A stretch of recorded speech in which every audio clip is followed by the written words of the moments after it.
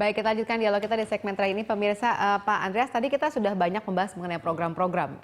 Tapi ada satu faktor tadi yang belum kita bahas, itu soal leadership yang menurut SMRC sebenarnya leadership Jokowi saat ini dinilai sangat baik dibandingkan sebelum-sebelumnya. Nah, apakah ini berarti murni sosok Jokowi sudah bisa kita bilang lebih mandiri, lebih berani mengambil sikap, tapi tidak perlu dihubungkan kembali misalnya dengan restu dalam tanda kutip seperti itu oleh PDIP, seperti yang dulu sempat diramaikan?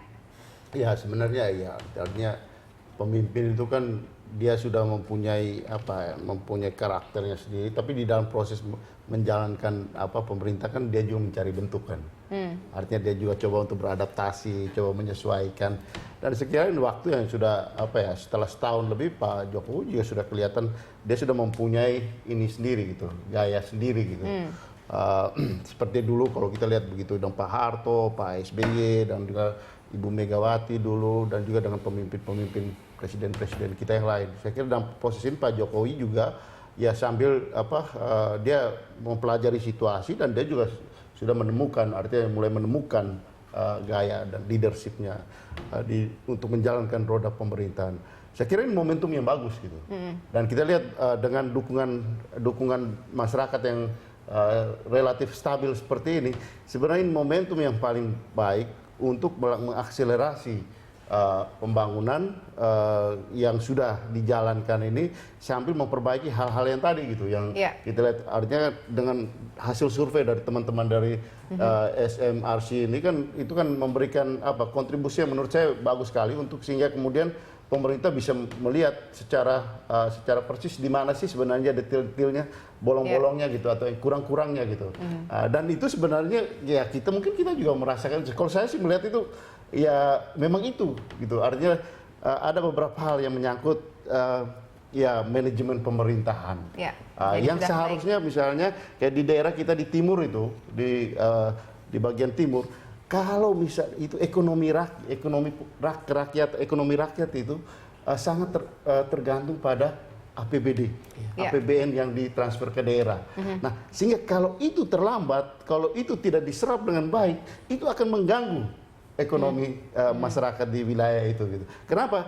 Karena investasi terbatas, yang lain-lain semua terbatas. Sehingga mereka benar-benar tergantung atau sangat tergantung pada APBN dan APBD gitu. Nah itu satu hal gitu. Kalau mau mempercepat pembangunan di wilayah itu benahi aspek itu sehingga dengan demikian bisa terjadi akselerasi pembangunan. Dana sudah ada gitu, uangnya ada gitu. Tapi kalau tidak dikelola dengan baik tidak ada kemampuan manajemen yang baik. Silahkan Pak Abbas komentar dulu mengenai soal sosok tadi Jokowi. Ya, ini modal psikopolitik yang sangat tinggi untuk Pak Jokowi. Dari tingkat kepercayaan publik saat ini semakin meningkat. Yang kedua, kemampuan Pak Jokowi untuk memperkuat basis dukungan politiknya di parlemen lewat partai-partai yang bergabung belakangan, termasuk P3 di situ, PAN, Golkar, dan itu mempermudah Pak Jokowi untuk mengambil policy-policy yang sesuai dengan target nawacita.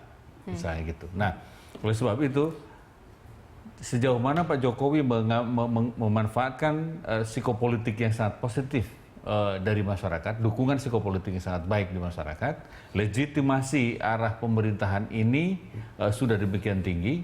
Nah, tinggal sejauh mana Pak Jokowi bisa menjalankan dan mengoptimumkan dukungan politik di DPR dan elit untuk bisa betul-betul menghasilkan kebijakan yang tidak hanya pro rakyat seperti diamanatkan di Nawacita, tapi sekaligus juga bisa mendorong transformasi ekonomi yang lebih baik ke depannya. Baik, kita ada penelpon yang bergabung yaitu Pak Indra di Ciputat. Selamat malam Pak Indra, silakan dengan komentar Anda.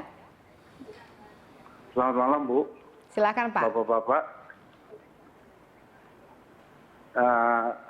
Dalam politik itu biasa, kalau janji sama kenyataan itu tidak sama, itu biasa, itu biasa di mana-mana, itu di seluruh dunia itu terjadi gitu ya.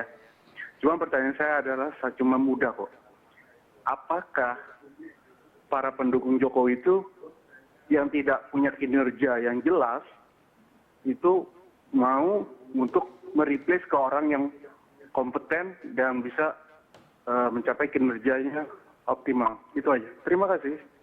Baik, terima kasih Pak Indra. Apakah mungkin maksudnya soal reshuffle kali ya, dalam hal ini memberikan kinerja yang lebih baik kepada orang yang tepat untuk supaya meningkat kinerjanya. Baik, kita akan bincang-bincang mengenai ini lebih jauh nanti pada segmen berikutnya. Kami akan kembali usai news update berikut ini pemirsa.